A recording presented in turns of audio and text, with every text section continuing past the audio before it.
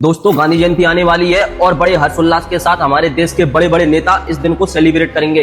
पूरे देश में अवकाश रहेगा। लेकिन आज से ठीक 3 दिन पहले शहीद भगत सिंह जी की जयंती थी।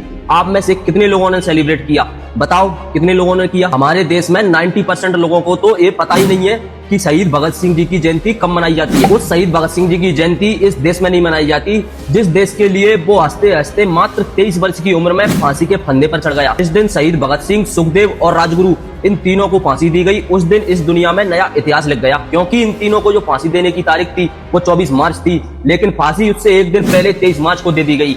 इतना खौफ था अंग्रेजों के अंदर भगत सिंह जी का। कहानी में आपको महात्मा गांधी जयंती से पहले इसलिए बता रहा हूँ, अगर महात्मा गांधी चाहते तो इन तीनों की फांसी को रुकवा सकते थे, क्योंकि महात्मा गांधी उस समय के बहुत बड़े वकील थे। महात्मा गांधी सन 1888 में वकील बनने के लिए पढ़ाई करने इंग्लैंड गए थे। उस समय पढ़ाई करने के लिए इंग्लैंड गए थे जब भारत की आधी से ज्यादा जनता को तो ये पता ही नहीं था कि पढ़ाई भी कोई चीज होती है। शहीद भगत सिंह, सुखदेव और राजगुरु इन तीनों की फांसी को लेकर महात्मा गांधी जी का कहना था कि मैं हिंसा का साथ नहीं देता। लेकिन जो 200 वर्ष अंग्रेजों ने भारतवासियों पर हिंसा की वो महात्मा गांधी जी को नहीं दिखी। 2 अक्टूबर को एक और महान पुरुष की जयंती है। आप में से कितने लोगों ने सेलिब्रेट किया है और आप में से कितने लोगों को पता है? लेकिन मैं आपको बताऊं, 2 अक्टूबर को देश के दूसरे प्रधानमंत्री श्री लाल बहादुर शास्त्री जी की जयंती है। देश के इकलौते एक ऐसे प्रधानमंत्री जिस दिन वो शपथ ग्रहण करने गए उस दिन उनकी धोती कमीज फटी हुई थी और उनकी पत्नी ने कहा कि आपकी धोती कमीज फटी हुई है, इसे तो चेंज करते जाओ। शास्त्री जी का जवाब था, जब तक भारत में करोड़ों किसान फटी हुई धोती पहनते रहेंगे मुझे नई धोती पहनने का हक नहीं है।